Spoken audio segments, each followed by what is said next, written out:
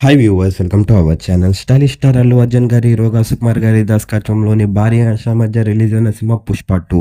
మరి pan India లెవెల్‌లో release అయిన ఈ సినిమా వీళ్ళిద్దరికి ఎలాంటి విజయాన్ని ఇచ్చిందో ప్రత్యేకంగా చెప్పాల్సిన అవసరం లేదు. మరి 'పుష్ప' సినిమా మొదటి రోజు వరల్డ్ వైడ్‌గా అయితే మాత్రం 200 కోట్ల పైగా కలెక్షన్స్‌ని రాబట్టింది. మరి మంచి కలెక్షన్స్‌ని రాబట్టిందనే చెప్పాలి.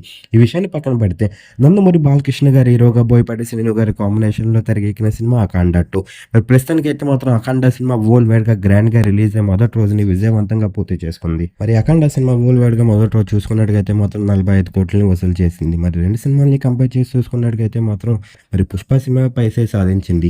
అయినా సరే వీళ్ళిద్దరి సినిమాల్లో చూసుకున్నట్టుగయితే మాత్రం ఎవరి సినిమాకి తక్కువ చేసే మాట్లాడే ఉద్దేశం అయితే ఎవరు చేయకూడదు. ఎందుకంటే ఎవరి క్రేజ్‌లో వాళ్ళైతే మాత్రం కలెక్షన్‌లు రాబడుతున్నారు బాక్స్ ఆఫీస్ దగ్గర.